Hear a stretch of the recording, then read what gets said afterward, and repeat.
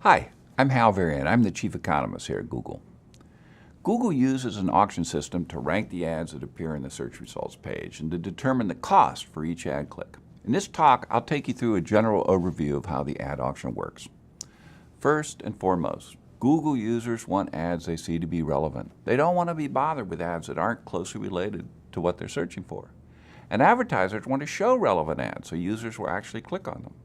Meantime, Google wants to provide a good experience for users and a good value to advertisers so they come back and use their services again in the future.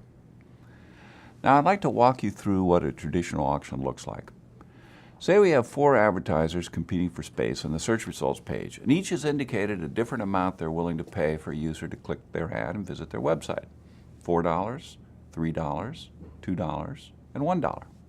I'll refer to these amounts as the bids. Now, in a traditional auction, ad positions will be determined exclusively by bids. The highest bidder would get the first position, second highest bidder the second position, and so on. Google uses a variation of what's called a second price auction. And in a second price auction, the buyer doesn't have to pay their full bid.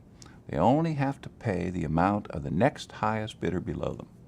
So in this particular case, the first advertiser was bidding $4, but they'd only have to pay $3, which is the bid of the second highest advertiser. Same thing applies to advertiser 2 and to advertiser 3. This design allows each advertiser to bid their true maximum willingness to pay for a click, but they only have to pay just enough to beat the competition. Now, in our Google auction, advertisers only have to pay when they actually receive a click, and the order isn't based just on bids. Why? Because we want to show more useful ads in a higher position on the results page. Because users want to see relevant ads. Advertisers want to present relevant ads to users, and Google wants both advertisers and users to have a good experience so they come back and continue to use our system.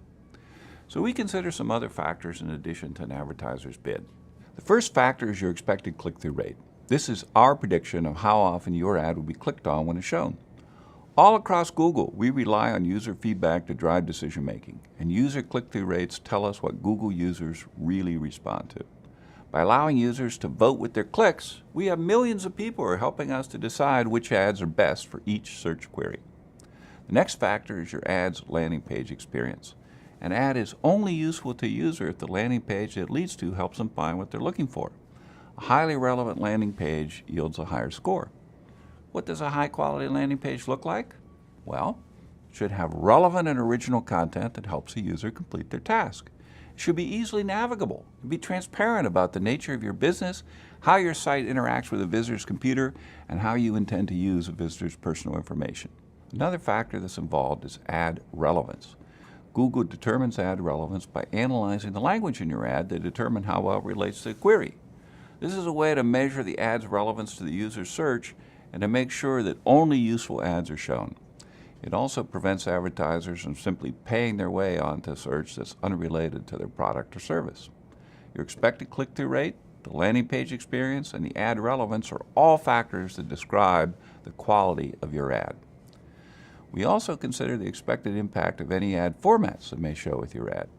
Ad formats are enhancements to search ads that more prominently show users information about your business, things like a phone number or site links or your website's domain in the ad headline. Advertisements with these formats give users more information and more reason to click on an ad.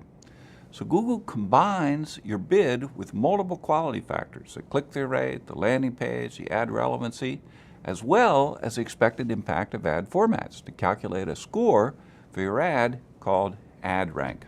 Let's go back to our 4 sample ad buyers and see how their ad rank compares. Here are 4 advertisers. They're bidding $4, $3, $2, and $1. Their ads had different quality: low, high, high, and medium. They also implied different formats with varying impact. First ad doesn't have any formats enabled, so it has no expected format impact.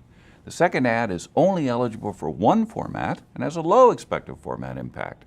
And the third is eligible for several extensions and garners a high expected impact, and for the last ad, it's medium.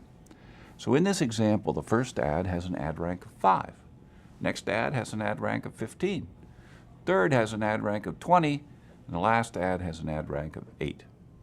It's this ad rank score that determines ad position on the results page. And in addition, only ads with sufficiently high rank appear at all. So with this ad, with an ad rank of 20, it gets first position, even though it has a lower bid.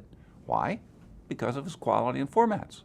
The second highest ad rank is 15, so that ad gets position 2. And the third highest ad is 8, and it lands in position 3. The advertiser up here, who's bidding $4, has such a low quality and format impact that it doesn't get a position on the page at all, despite having the highest bid. So now we know how the ads are ranked, but how much do you actually pay for a click?